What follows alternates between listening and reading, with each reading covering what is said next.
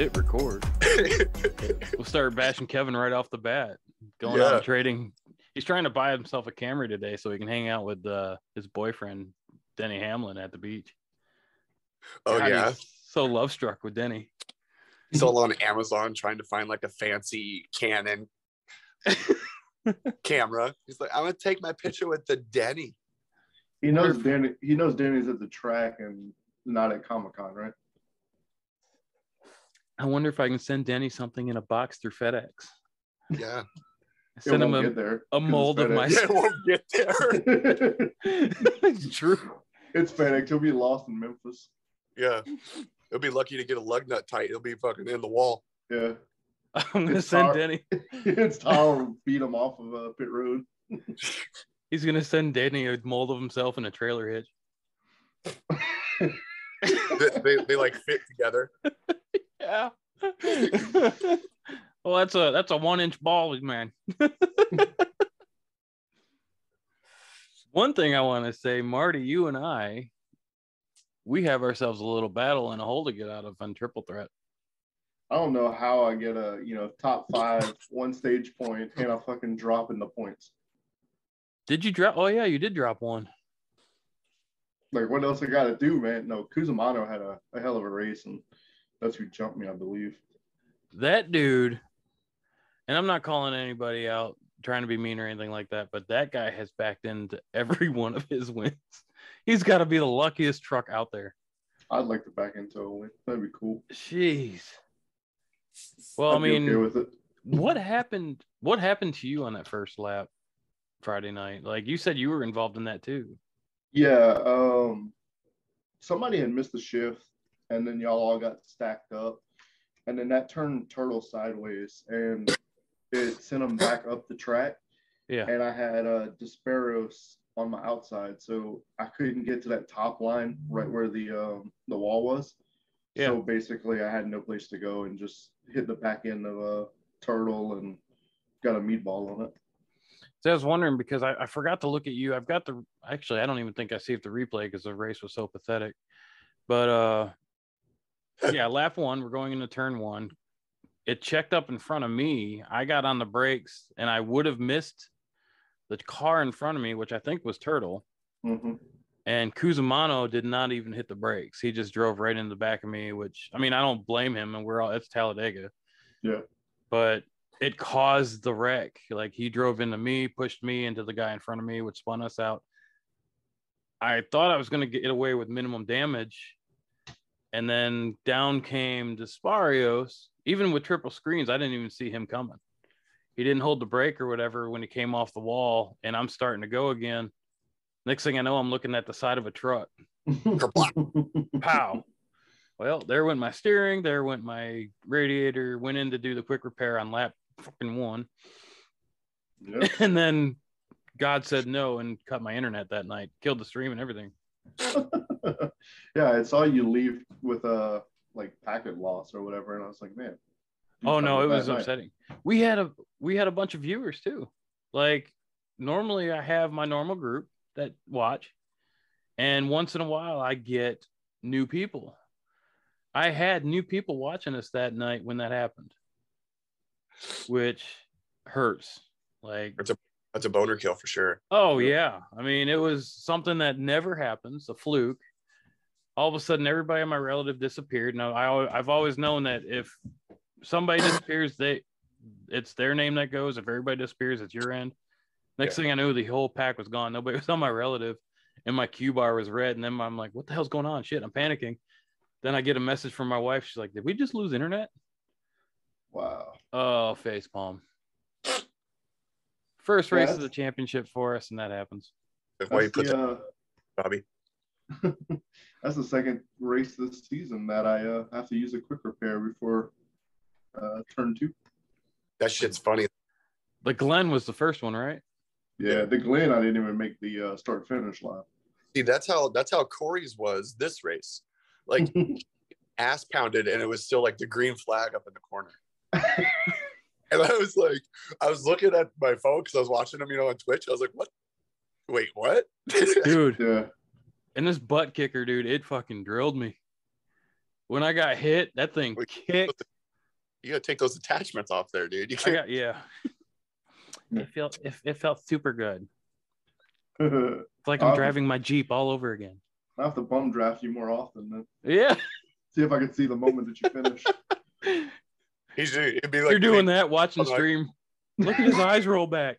Can you bump me harder? Yeah. A little bit more push. When you do it, can you make grind me feel like I'm in the Navy? But yeah, that I don't know. And I felt bad about the finish of that race. I didn't mean to get into cop the way I did. That sucked. No, I mean they're a good group of guys too. There's really not much animosity between everybody. Yeah. Well, cop has always, run really well around me, and I was running, amazing with him. There was times that I pushed him back up into the group, like if we were losing it and stuff like that. And, he was always able to hold it. And if you watch the broadcast, me and Wheeler were in practice, and you could see I'd push Wheeler right into the corner and then let off. And if you would look at like right when me and Cop got into each other, I was literally tapping the brake and off throttle, trying to basically back it off of him. I didn't realize that I was already touching him. And that's something that me and Wheeler had been doing, and me and Cop had done it a couple of times. I thought, I could really push him a little harder than everybody else because, he was super stable every time I was pushing him. And it's just, I guess I pushed a little too hard and it sent him up into the wall, and I think he lost 2 spots. So I feel bad about that. Yeah, in the championship standings, he fell from 3rd to 4th. Yeah, he went from 5th to 7th, I believe. Overall in the race? Yeah. I was going to stand by and watch it afterwards, but I got on the broadcast a little bit, and then I jumped off. My wife and I went and watched Yellowstone. We're on our 2nd time through the series. Nice. God, I love that show. Start watching that. Dude. It's Sons of Anarchy on horseback. Yep. Exactly. Exactly. But it's so awesome. I still watch it. I don't know. I grew up with like the redneck, cowboys, and you look it. It's those dudes go hard, man. Oh yeah. Those mountain people do not fuck around. Dude, I told my wife, I was like, I tell you what, man, this show, if it isn't a good show, it is a good thing for realtors out in Montana, because that place is beautiful. Yeah. Wyoming has like doubled in price over the last year. Has it? Yep. We were looking at Montana and Wyoming. But dude, it's too windy up there for me. Oh, just wait. Just wait. You are coming to Virginia. No, I'm cool with like, dude, I lived in Colorado Springs. Like, that was like living in a fucking wind tunnel. But, I'm cool with that. But like, it's like constant, hard wind up there. And I'm kind of like to ride my bike and do shit outside. So it gets that way here. It could be clear as can be. And I know you're still going to be a ways from me, and you're on the other side of a mountain range. But here where we are, it can get windy as 50, 60 mile an hour in a nice shiny day. Yeah, you guys down there in that bowl. Yeah. Yeah, we have a hurricane every other week, so yeah, that's what we get. Louisiana, man. Did you see that cookbook I sent you? Yeah. Yeah, it's got to be a lot of interesting recipes. Oh, yeah, hey, I saw it. So something that's going on, obviously, a lot of people know, have been tracking it. The issue with Logano and Byron. I'm torn. I don't know how you guys feel, but I agree with Logano in the sense that if you're going to race me that way, then I'll race you back.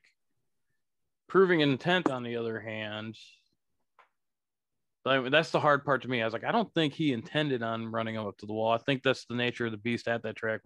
We feel it in sim racing, like coming off the turn there, it actually kicks you up to the wall.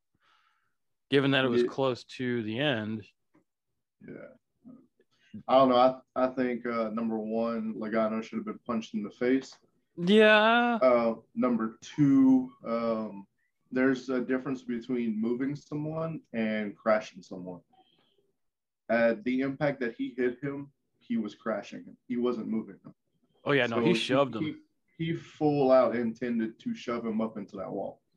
Yeah, he shoved him, and I honestly think that, I mean, the move was slightly fair. I mean, in my mind, but I think when he did it, if it had been last lap, try to race him at least that one lap. You know, you got the position there. You're close enough to him to do that, but try to be the bigger man and at least race him that lap and then, like, come down to the white flag lap. If you do it on the white flag lap, they say it at Talladega, even with the yellow line rule down there, hey, last lap, anything goes. But if you're going to do it when there's still racing time left, that makes you a douchebag. I'm sorry. Yeah. Like, and then I've seen it in iRacing too, which unfortunately iRacing has a moderating system that can kill us. Like, we can be suspended for stuff like that. And that I find frustrating because it opens the door for some people to run you like that. But if you retaliate, that's more your fault then. Yeah, like I said, I mean, run him hard. You know, run him like he ran you. Y'all were both closer to the wall whenever you got into the wall, you know, but to hit him that many miles per hour faster. I mean, if that was a normal vehicle, you would have had airbags go off. You know, it wasn't a tap. It wasn't pushing through him. It was literally banging into him and moving him. Oh, yeah. You know, I mean, coming from racing, you know, many times, you know, we've put a bumper to someone. What you're supposed to do is you're supposed to get on the bumper, drive through it a little, where you're just lifting the traction off the back tires, you know, and that's basically going to move them. Never, ever do you run up to them and literally smash into them. I mean, that's dangerous, and that's how you kill people. Yeah, that was like a Justin Barcia move of NASCAR. Yeah. You know, Marty hit the nail on the head. Like, even though NASCAR has all these safety implementations or whatever, you know, they got the safer barrier, they got the 5-point harnesses, they have Hans full face helmet, and the badass roll cages. I don't know if you guys fucking fanboy over the fabrication and like shit of those cars, but it's pretty cool. But if you hit somebody that fast, with that much of a speed difference, you cause a lot more damage, and you're like really threatening somebody. The cage isn't flexible. Well, it's two-sided. When you're getting hit from behind like that, your body is going backwards and you're hitting a wall forward. You know, yeah, you're strapped in with your internal organs and stuff. That shit still moves. I don't care who you are. Yeah, you go through 3 impacts when you have one impact. Your guts go forward, they go backwards, and they go forward again. Yep. See, that's why I'm glad I got like extra fat. I got more crushing. It like keeps everything more intact. That's why it is. Like, I got fat on purpose. Hopefully I can race. But like when we were kids racing go-karts and stuff, if you hit a kid that hard and you spun him out or you put him in the wall or something like that, your dad would have to be fucking fist fighting in the pits to defend you. Oh yeah. Because you just raced like a little asshole, you know. And I think that, it's my personal opinion, I'm not a real fan of Logano. I think he's a fucking whiner, and I do agree with Marty that he should have been socked in the face. And I think that I really wish NASCAR would be a little bit more lenient on that. Like, maybe we do need to see that these people are human, you know, and we discuss mental health all the time, right? And we talk about like, oh, I needed to hire a sports psychologist and all this stuff. Well, I can throw down every once in a while. That'll make you feel better. You won't need a psychologist. Well, that's what drives me nuts. I mean, it's been quite a few years, but when they had the boys have at it, and then they're like, boys have at it, but don't do that. And it's like, you can't have both. And there's like that gray area where it's like, so what are they allowed to do? Yeah. And that is an issue to me. Like, I enjoy that aspect of it. I like the raw emotion with drivers. If you got just robots out there, what the hell is the point? Well, it's because it's all, about sponsors and PR now. Like, you got to watch what you say, what you do, how you drive, and all that. Yeah. Because without those people, you don't have the money. But I like the old days where you got crashed and people are like throwing helmets at each other and, fighting on the back stretch, stuff like that. Also, stuff like what Logano did would not happen if he knew that, he had the possibility of coming get his ass whipped whenever he got in pit road. Oh, yeah. I mean, he wouldn't have done that to Earnhardt. Definitely not. Or shit, like anybody else. Bobby Junior Allison. Johnson, Pearson, any do of it to those. Harvick will wax the whole field, dude. Harvick He'll chuck everybody out. Though he's having a hard time racing this year, Harvick is not one you want to. He will fight you. That's what he hears in-car camera. He's like ready to fight people all the time. Yeah, I mean, all the way back to the 29, they called him Happy Harvick, and that was sarcasm. Yeah. Oh yeah, that's my dude, man. He's my favorite. Harvick? Yeah, he is my favorite, and I'm a little bummed that he races a Ford. I think my late stepdad, Lance, I think he'd be like, "Haha, James, that's what you get," But I really support Harvick. He's from Bakersfield. That's not far from where I'm from, and watched him race as a kid, and it's just cool to see him make it and be fast. One of the things I love about Harvick is whenever he was talking on Dale Jr. Download, whenever he was talking about his mindset, how it had to change whenever he had his son and all that. Once his son got into racing and stuff, he's like, man, I can't act like I do on the racetrack because that's how he's gonna act. Kind of like the way that Bush's son, watches the way Kyle Busch acts, with his antics with parking the car and, walking away, stuff like that. I thought it was pretty cool that he went into that and he was like, hey, look, that was my personality and stuff, but I kind of got to take responsibility and do a little better, for my son so that he doesn't pick up the bad habits and stuff. And I think it's pretty cool as a father. Yeah. You always want to be better than, no offense to like our fathers, right? But you always wanted, the goal is to be better than your dad, right? Yeah. So that you can make something better for your son, right? And I want my son to always be better than me, Right. Because then that means you did your job. Exactly. Right? And it's cool to see that those ethics and morals are still around. But seeing Kyle Busch act like a complete fucking baby is like, dude, come on. Like, really, really, man. Like, how much money do you have? How many races have you won? How fortunate are you? Yeah, absolutely. Or blessed, or whatever adjective you want to put on it. You have this opportunity and you have this platform, and you need to be an example. I mean, there's tons of people out there that would love to do what you're doing, dude. Yeah. And he's like, good without the attitude. Like, I commend him. He's amazing. Yeah. Like, that guy can wheel the shit out of a car. Yeah, he's a wheel man. There's a lot of talent, but also if you think about his brother at this stage was also, talking about mental illness and stuff. He was doing some struggling and stuff and really had to get with a psychologist that actually fixed him. Kurt Busch is completely different than whenever he was dealing with his crazy wife and all that. I mean, he lost his ride years ago. That dude went hard. I mean, but that was the same age that Kyle's at right now, so maybe it's something that, is in the family genes or something like that. And Busch just needs to kind of find that or get fixed, kind of like Kurt did. Wonder if it's genes, or is it, have you've been given everything your whole life? You've got this money for this position. And I mean, I get power goes to your head.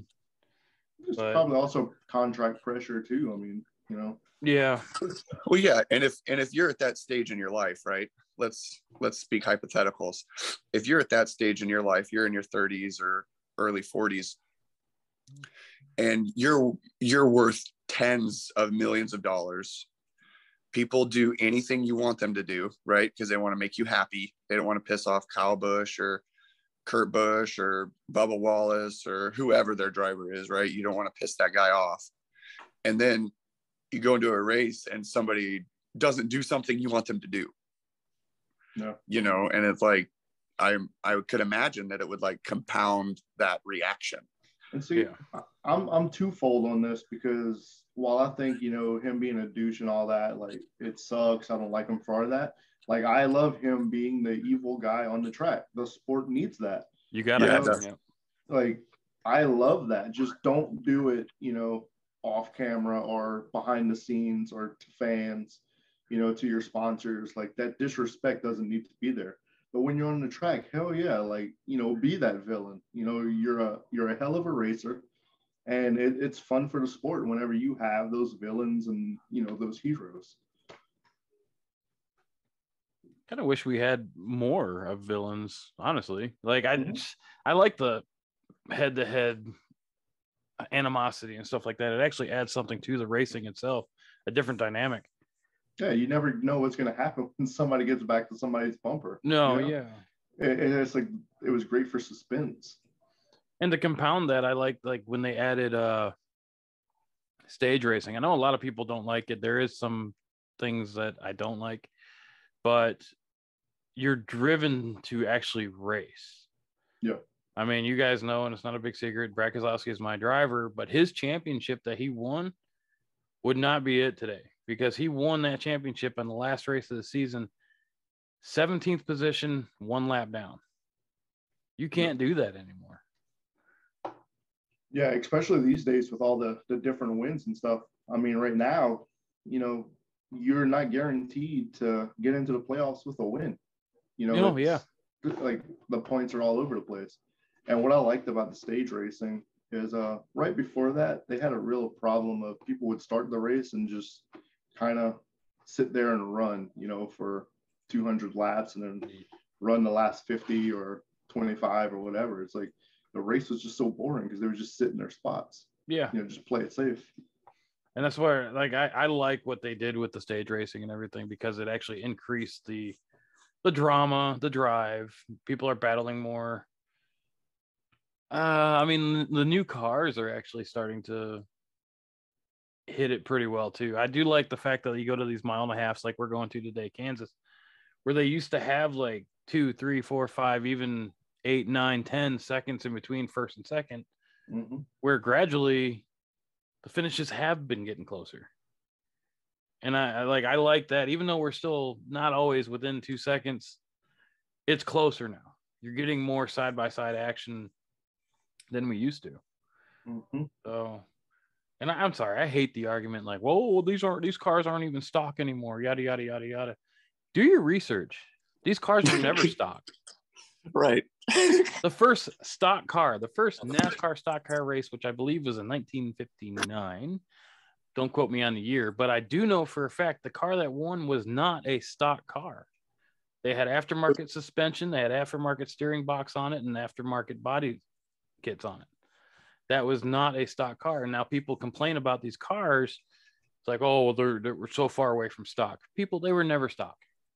They're actually closer to stock now because of the body style. And that's, I mean, yes, that's closer than it's ever been, you know, for years. The first NASCAR race was February 15th, 1948. There you go. And that was a race on Daytona Beach, and Red Byron won it in a Ford. Yep. But it's all started because of moonshining, right? Yeah. And they put those big old V8s in the Fords, and they could outrun the Popo, which was not stock. Right. Exactly. So there you go. Yep. No, I mean, it drives me nuts that people try to fight that argument there, and it's like, that's not an argument for you as far as these stock cars. And look at the Roadrunner, like the Daytona that had that big ass like 6-foot fucking wing on the back. Like, how many of those do you see? You know what I mean? Yeah. Oh yeah. Or they got like 426 cubic inch painted on the hood. You know what I mean? Or like the COT splitters. Like, how many times you saw that, you know, driving down the road? Right. Unless you're driving like a ZL1 or like a fucking like an FR 500 or something. Yeah, me driving around in my stock F1 car around Roanoke, Virginia. Right. Would it be purple? It's my grocery getter. It would be powder blue. Yeah, my baby blue. That way I can tow it behind my purple Jeep and it fits right in. with a sparkle, a metallic flint. Yeah, I got bass boat glitter all over it. Look like you're in a fucking 1988 Ranger. That's how I pick up chicks. You want go down there with my fishing. Yeah. Look, baby, it's a manual. It's a 2-door. That's my claim to fame nowadays, though. I can still drive a manual and get away with it. Yep. Well, actually, damn near leave the keys in your Jeep, and fucking anybody these days, kids are like, "Oh, what's that thing in the middle?" Went to a valet. No shit. Went to a valet. They couldn't drive my fucking Jeep. They're like, "You need to park it." And I was like, "Are you kidding me?" Yeah. Like, your job is to drive cars, and you can't drive a car. Like, sorry, sir, we don't drive purple cars. Yeah, he just didn't want to be seen in it. Yeah. He's like, I'm not driving this around the building. You shitting me? Also probably true. Forgive me, I'm comfortable enough in my manhood, and I don't like Denny Hamlin, but Dude, poor Kevin. You need to put an 11 sticker on Kevin's vehicle. Like, you need to sneak it on there. Did you see he did paint his truck to do the new mission? And he does drive the 11. As much as he hates Denny Hamlin, apparently. Well, I think it secretly loves. But he's like, yeah, all my cars are number 11. God, I can't stand Denny Hamlin. He's like an Oedipus concept for Denny Hamlin. Yeah. That's hilarious. Oh, poor Kevin. I hate you, but I love you, Daddy. Come rub my head. Yeah. Whoa. Excuse me. Hey everybody, if you like what you're hearing right now, check out New Mission Motorsports on Twitch, Monday, Wednesday, Friday, and Sunday. Check out their YouTube page, check out their Facebook page. We're everywhere. Also, if you're looking for a great racing league, check out Freaky Fast Racing, currently running Sunday nights and Wednesday nights, trucks and GT3s. Check us out, follow us, like, subscribe, show your friends. Hey, appreciate all your help. The only channel dedicated to helping veterans and their families. Thank you very much. Have a great day. Welcome back, everyone. After that break, we want to let you know that we're brought to you by Turtle Wax. It's perfect for bald heads and trailer hitches. Just want to add that out there. Community coffee. And community coffee. To wax the head. Yeah. We just drink coffee while he waxes his head. Yeah. It's a good wake up, because it takes a while for that big old head to get waxed. The best part of waking up is waxing your bald ass head. We need a jingle. Quick, do a jingle. Best part of waking up is waxing your trailer hitch. Oh God, that could be so wrong. Turtle wax is there. I tell you what, he's probably never going to want to miss a week after this. Never. We said that last time, and he still missed like 30 weeks. So yeah. He's like, I don't want to hang out with my friends. I would rather go to Comic-Con and dress up like Wonder Woman. Yeah. This message brought to you by the number 11, Kevin, who has Oedipus Denny Hamlin fantasy, according to Jamie. I need to redo the banner again. That's some psychology shit, dude. You're welcome. Yeah. Deep thought right there. But hey, you can only have that deep thought whenever you have turtle wax and a good buffing. You know, it stimulates that brain. I mean, you are moving close to us, Jamie. So bring your buffers with you. We'll make a trip out there to his place, and I'll send a community coffee for the early morning start. Yeah, actually, what we'll do is we'll bring you in on this, and we'll do like a live stream of us buffing. And you got you just watching, drinking coffee. Love you, Kevin. I will say that after you sent that community coffee to me in that care package, Marty, that's all I've drank. I've ordered, I think, like 12 bags of community coffee in the last couple months. Dang. Still haven't tried it yet. So, I still got my. And I order from the website, not from Amazon. Oh, nice. So I try to give it back to them because it's good, dude. I like probably just like you being law enforcement and military. me being military, they drank some shitty coffee. Like, oh God, yeah. Especially at 2-3 o'clock in the morning. Yes. Yeah, and like it gets like half a pot, you know, and then what they do is just like pour water in it and dump the fucking thing back in there and add fresh grain. Like, oh my God. Well, I know when I was deployed in Afghanistan, they gave us like these big tins of like Seattle's best coffee, and I was like, if this is the best they got. Is that a butt you got in your hand? No, it's actual. Oh. An actual one.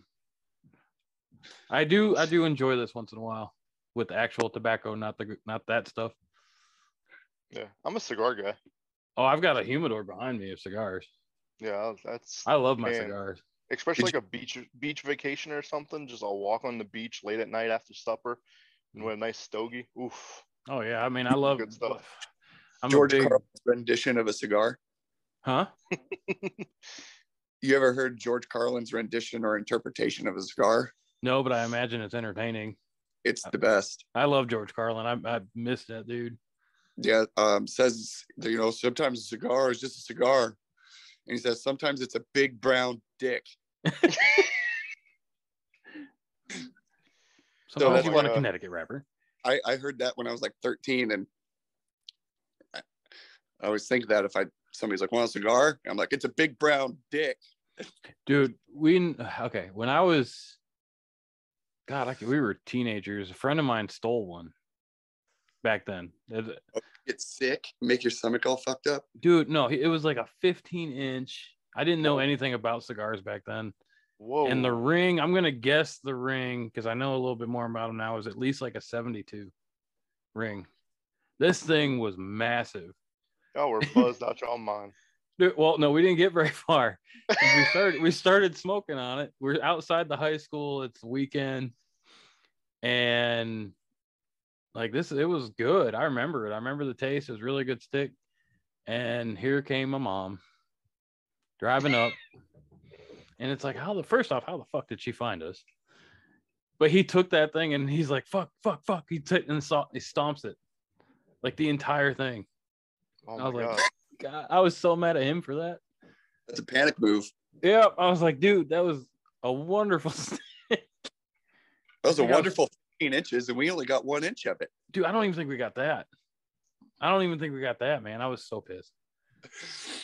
I mean, I was struggling back then to steal cigarettes from my parents. I don't condone this at all. I've quit smoking since then. I do enjoy a cigar and a pipe here and there, but Jamie was talking about getting sick. The first time I dipped, oh my God, like I was the worst feeling of my life. How old were you? That's probably, well, I don't know, 12, 13. But when I was younger, I got some of my grandpa's chew, and like as soon as I put it in my mouth, like it came out. But the dip, like I actually, dipping and stuff, I swear to God, in 5 minutes I was puking. Oh yeah, 5 minutes. I was like buzzed. You remember your brand? Nuts. And just what was the first brand? I don't remember the brand. Oh man, I do. We found it at a buddy's house and just. I do. Yeah, I tried Skull Straight for the first time. My overnight pass in basic. This guy, I can't remember his name. His name was Gilbert something. We all went by last names. Gilbert's all I remember. But he's like, oh man, he's describing it to me how it's like sweet and juicy and. Okay, so he bought some for overnight pass. We got a hotel. We got pizza for the first time in months. Man, I threw up everywhere. I did not taste sweet. I want to say the chew that my grandpa had was like Red Man or something like that. Ooh, see, I've done me some Red Man. Southern Pride was my favorite when I chewed. Is Red Man chew? Yeah. Yeah. We used to I chewed Red Man in high school. Yeah. And what we would do is like you go to the soda. I don't condone this either. Well, whatever, do whatever the fuck you want. I don't care. Well, I'm not telling people to go out there and do bad shit. This is actually bad for your health. Fucking so is everything else. Yeah. Back in the day when they used to have like soda machines at school that had actual sodas in them, we would go. I really liked root beer. Like that was my favorite soda. And so like I would go buy a root beer and drink like half of it and then I'd put a big old honker of Red Man in and fucking just act like I was drinking my root beer and spit in my fucking bottle. Everybody knew, but if you like tried to hide it a little bit, they were like, oh, okay.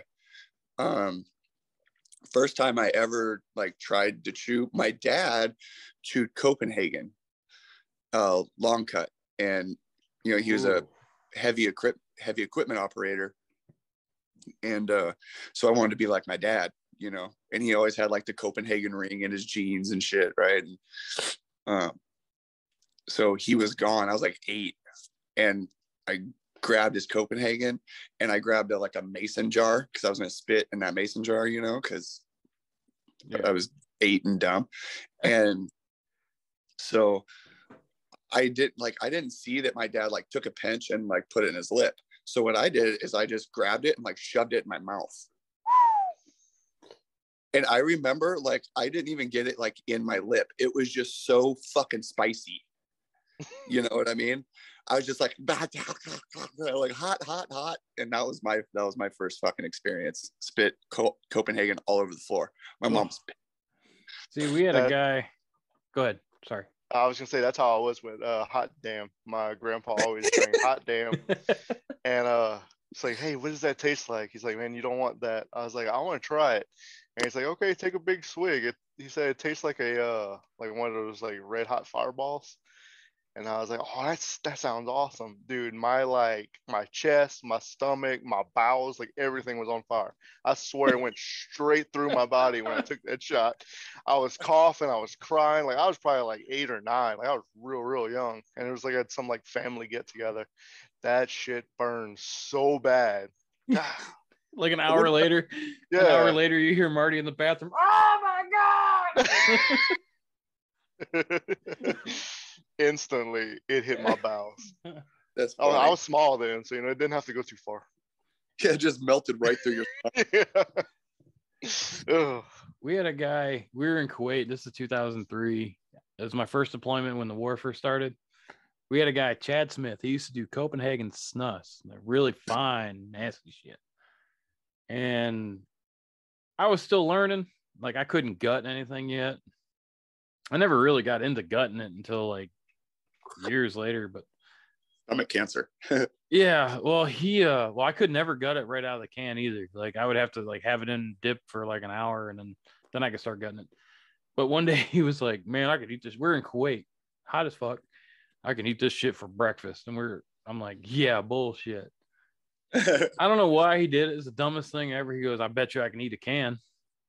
Oh my god! And soldiers, that's why. Exactly. Yeah, I couldn't remember. I can't remember what the bet was because I mean we didn't have much of anything. There wasn't a PX or wasn't anything like that. We didn't have money. He coated his stomach with some Seattle's Best First. That's what oh god. But he did though. I mean, we watched him. He sat there, used his fingernail to open the can, and he ate the can and then licked his finger and then licked the can out and everything and stomached the whole thing. And like all of us were like, "You're a dumb That's son of a." I'm sitting there trying not to throw up. Sorry to interrupt you, but Marty, you know Louisiana hot? Mm-hmm. Like Louisiana hot. You have not felt heat until you feel Kuwait. Oh, I've heard that from a couple of friends. God. That is fuck, dude. Like that, it's not even funny.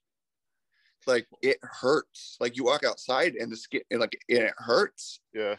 You know, when I first landed, it was March, and we landed at about 10:30 at night on the airfield. I can't remember the name of the airfield.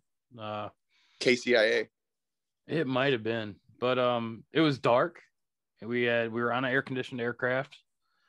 And I remember, I'll never forget, it was like all that was lights were the orange lights from the hangars and stuff like that. We walk off the plane, you're in the AC, and it literally sucked the air out of you at 10:30 at night.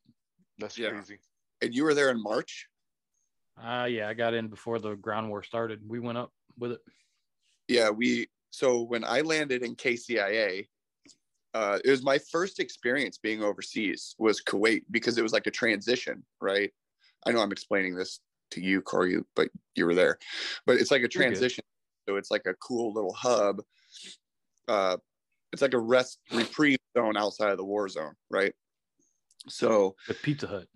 Yeah, it was Pizza Hut. With Subway, fuckers. Yeah. Yeah. What would you like on your sandwich? Yeah. But I've never felt anything like that before. You know, like I'd been to Florida and shit, you know, wearing puka shells with jean shorts out on the fucking ocean. But when you get to fucking that area, we landed in July and it was nighttime. Jeez. And dude, you explained it perfect. It gave me like that weird little flashback. It's like the orange glow of the lights. Yep. Off the tarmac. And then there's like constant sand in the air. It's not like a sandstorm all the time, but there's like sand being, because it's windy. Yeah. And dude, sand would get everywhere and it was so hot. And you're wearing we wore flight suits because that was our thing. So we wore flight suits, but you would get sand in there and you're sweating. Oh man, it's terrible. The roommate I had in college had just got back from enduring Iraqi freedom. He was there in 2003, and they were there at the place where they took down the Saddam temple and all that. BBC. They were part of the 1086 transportation. I think it was a National Guard. But anyway, I remember whenever he came back and all that. And I mean, y'all know, like all the bootleg DVDs and all that. Like every time, Fiki DVD. Yeah, every time that he would like open up a DVD to watch a movie, like fucking sand would come out. Oh yeah, like there was sand in everything, you know, that he owned. And like he would show me, like he would open something and just shake it out, and we had sand on our floor in our apartment. Fucking 20 years later, and I still got sand in my duffel bags. Yeah, well, I got a friend that came back on Friday. And his the biggest thing about him landing was seeing grass whenever he was landing. Like that was like the most amazing thing to him, and I never thought about that because I mean he hadn't seen it for a year and a half, you know. So yeah, it's pretty cool. You know what was fucking hilarious? So we were in Baghdad and we were running what was called a PTT, police transition team. Yep. So we were training the Iraqi army and the Iraqi police in Baghdad. And we were at Camp Taji, and we were rolling in to Baghdad University, right? Oh. I know that sounds fucking weird, but there was people completely normal. This was in 2009, 2010, completely fucking normal, dude, wearing backpacks and like Nikes, like going to college. And there's like palm trees like lining the roads, beautiful grass, like amazing art and sculptures that they had, like beautiful. And we were rolling through the town in fucking 63,000 pound up armored vehicles. Jeez. And you're just like, what is happening? And then it was like, yeah, it was like a huge transition. And then, you know, 5 or 10 minutes outside of that little area was little muhallas and adobe houses with like mules walking in circles grinding grain, dude. Well, it's crazy when you look at like the history of some of these places. Like there's pictures of like Baghdad and stuff where like from the 80s, 70s and 80s where it looks almost like, well, not modern day, but caught up to that time frame, you know, here. Yeah.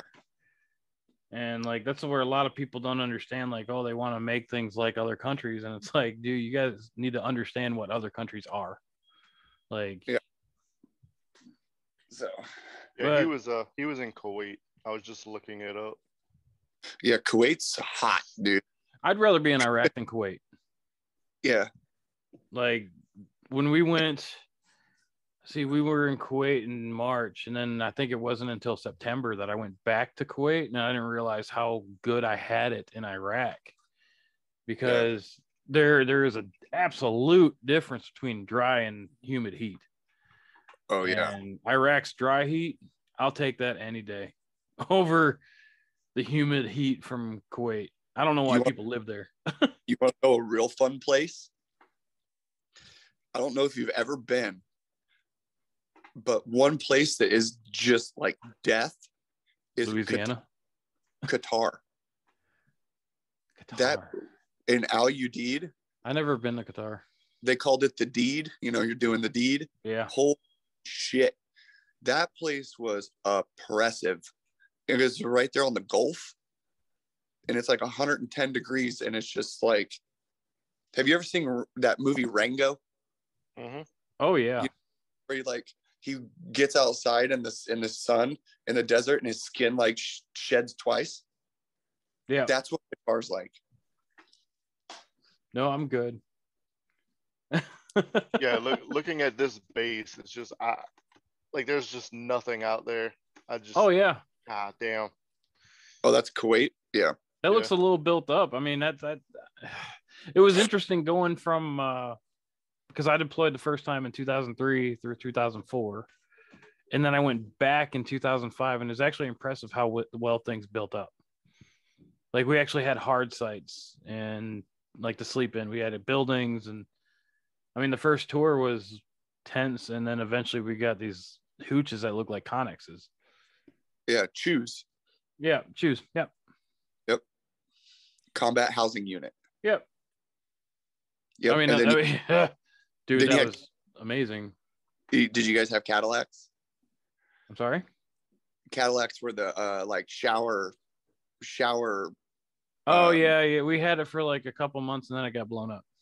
Yeah, they would always like hide on the outside of the fob and like fucking try to rocket us and shit. And it would like always, they were like aiming for fuel tanks and they'd always hit our water. Like, come on. We got December 27th, 2003. We got hit with 2 VBIDs. The first one was designed to break the wall around our fob. And then the second one was a truck full of fuel and explosives. And it got, thank God, it got stuck in the hole in the crater from the other one. And then they ended up blowing up on site. 2 guys from Thailand were killed. Unfortunately, I mean, they were the only 2 that were ever killed in combat. If you were to go back and look at the records, 2 people that died, 2 Thailand soldiers that died were actually on my fob, probably about 150 meters from my chew, but they got killed from that second VBID. And that's what destroyed our showers. Like it hit us pretty good. These stories from my my roommate were just like horrendous, like the stuff that he went through. And I mean, dude would wake up in the middle of the night like, you know, screaming and like reaching for guns and stuff. And he was huh? He was in Kuwait? No, this was the one that was in Iraq in 03, 04. Oh, okay. I was gonna say that's understandable. You got a dude from Kuwait doing that, then. No, this guy was he was a 50 cal gunner for the transportation. So they were bringing everybody in and out. And I mean, as y'all know, you can't stop for anyone. And, kids and adults and stuff would stand in the roadway, not meaning anything. But, there's times that he had to man that gun and stuff when, just people that were shady, and you can't take that chance because at that time, everybody was getting blown up with IEDs. It's unfortunate too that, oh, I'm sorry. I thought you were done. Go ahead. No, I mean, just saying like the stuff that, he had to deal with and stuff. It's hard to live with. Oh yeah. It's unfortunate too. I'm sorry there. I cut you off. I didn't mean to. You couldn't trust the children. Yep. Oh my God. Like, and we knew better, but my first really big conflict with children over there, we actually had a news crew, a Fox news crew with us. They had a man with the camera and a woman reporter. They rode in my truck. And then in another truck, they had a box of balls, like soccer balls, footballs, basketballs. And like, they were to go on mission with us. They went out and rode with us, and they wanted to hand these things out, which sounds absolutely great. Like, yeah, I mean, they are kids or whatever, but we knew that this is not going to go well. When you run out of balls, It's not going to go well. So they went to the area. We took them to an area that's surrounded by kids all the time. It was about 2 or 3 blocks from school. And they went out there and they were doing all this, publicity shit. Here's these soldiers handing out balls. And it's like, we ain't doing shit. I was a gunner at the time. We had our little Humvees. And my team leader looked at me. He's like, Harrigus, take the gun down, close the hatch. It's like, all right. I mean, what are we going to do? We're not going to sit there and shoot kids. I mean, bottom line. As soon as they ran out of balls, what the hell do you think happened? They lost their goddamn minds. Yeah, exactly. Like, the next thing you know, we're getting hit with rocks and bricks and screaming. Look, the camera guy didn't get too hurt. The woman that was in the truck with me, she took a brick to the face. Like, it busted her face up pretty bad. She was in my truck crying. We're sitting there putting stuff on her, and we just drove off. No gunners in the seats now because, I mean, again, we're not going to do this to children. But it was one of those, we told you. We told you. So it's just unfortunate that, I mean, life over there is hard, and that's what drives me nuts about here. People complain about what they have or don't have, and it's like, you could have a hell of a lot worse. So I was a 50 cal gunner on the Alpha truck, the first truck down the road. Mm-hmm. And that was a very interesting position to be in at 20 years old. Oh, yeah. I mean, I had my 50 cal, my M2. I had a 249, a shorty 249. I had my M9. And I used that 9mm pistol more than anything because the people seemed to be a little bit more apt to listen to a pistol. They saw what that is, right? Because the Dom took people out with pistols. Yep. So it was like a little bit of a mental game. Yeah. And there were certain times that you could roll through somewhere. You could like put some 550 cord on your M2, on your deuce, and then like latch the gun up. And you could damn near roll with just your arm hanging out with your pistol over the shield, and people get the hell out of the way. It was interesting because you could point at anybody. You could point a rifle or a machine gun at them, and they would laugh. Because pull they out saw that pistol, they were gone. Yeah. And it's an unfortunate way for them to live, and I'm glad we don't live like that here. Yeah. Yet. Yeah. It's crazy what has to happen, or, I'm very fortunate to have made it through with all my pieces. And, Well, I mean, we all know somebody that didn't, unfortunately. Yeah. But it was an experience, and it was something that, like, it's kind of odd to say, but it gives you a different vantage point on life. And it feels like, even though we have maybe, like I said, like a different vantage point, like a higher view of life, we still are behind compared to our peers. We were off training and doing war games crap, and they were going to college and getting houses and getting, having kids and shit. I mean, of course, soldiers do as well, but, so when we get out and we have to enter back into civilian life or normal people life, it's hard adjustment. We're behind, at least I was, and I still feel behind, but I'm catching up, So here's a question for all of us. I mean, would you take any of it back? I know, Marty, you weren't a soldier, but you're a public servant. I mean, you're law enforcement. You run into probably plenty of hard times. I get that. We were both law enforcement in the military. Would you take any of it back? No. I wouldn't either. There's things I wish I could change. Yep. But I mean, I wish I was still doing it. Yeah, I think I did what I needed to do for a reason. Yep. And maybe it wasn't like, maybe fighting the war wasn't the reason, but maybe it was a cause to give me a reason.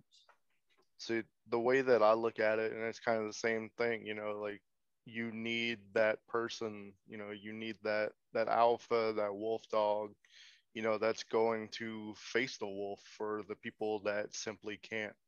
And that's the way I looked at it, in law enforcement. I've gone up against people, pointing guns at me, being in really, precarious situations, but I did it for the people that can't protect themselves, or the people that have the fear of protecting themselves.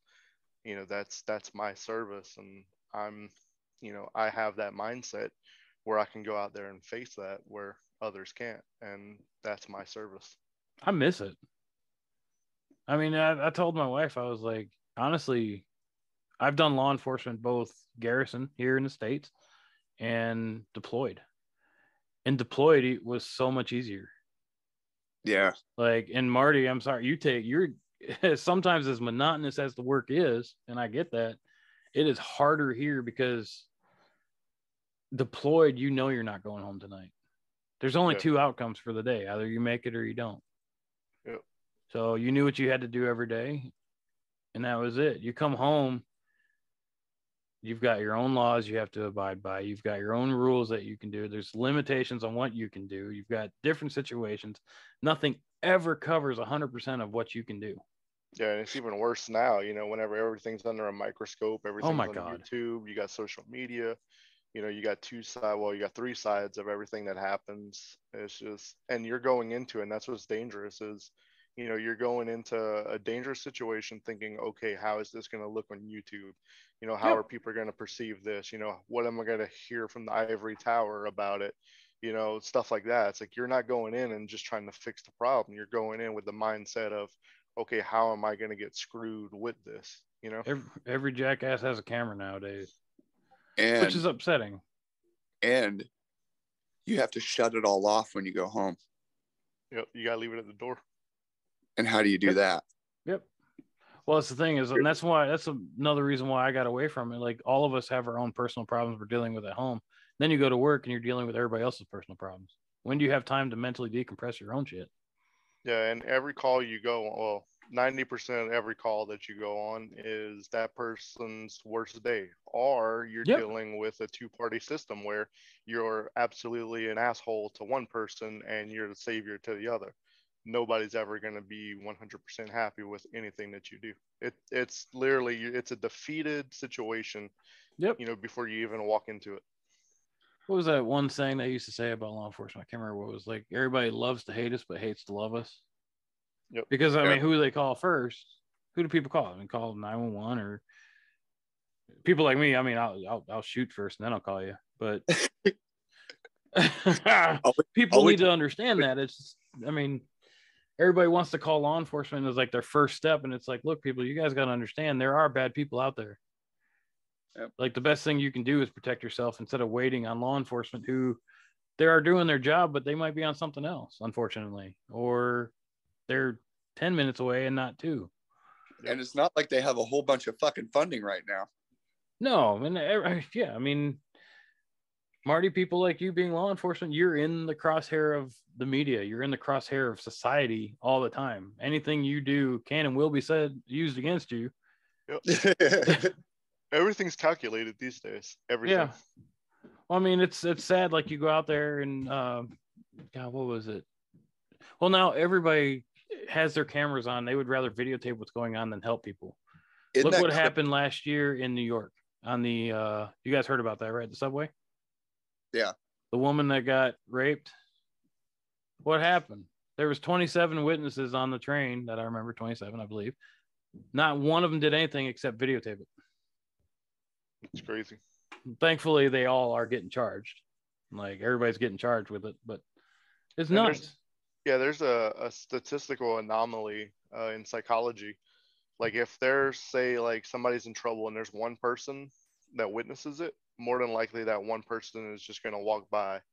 Yep. If there is a group, that's whenever somebody will actually get the help, because usually they look around in the group and somebody steps up because they fear that somebody is going to think that they didn't.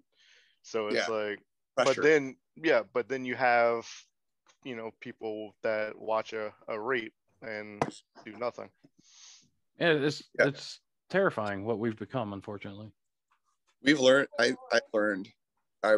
Marty can probably double check this because you're up on the current stuff, but there was like a thing that said, like, if you're in trouble, like, yell fire, because if you yell, you're gonna more likely somebody's gonna come if you're yelling fire than, you know, I'm being raped or I'm being assaulted or anything like that. You're like, and crazy.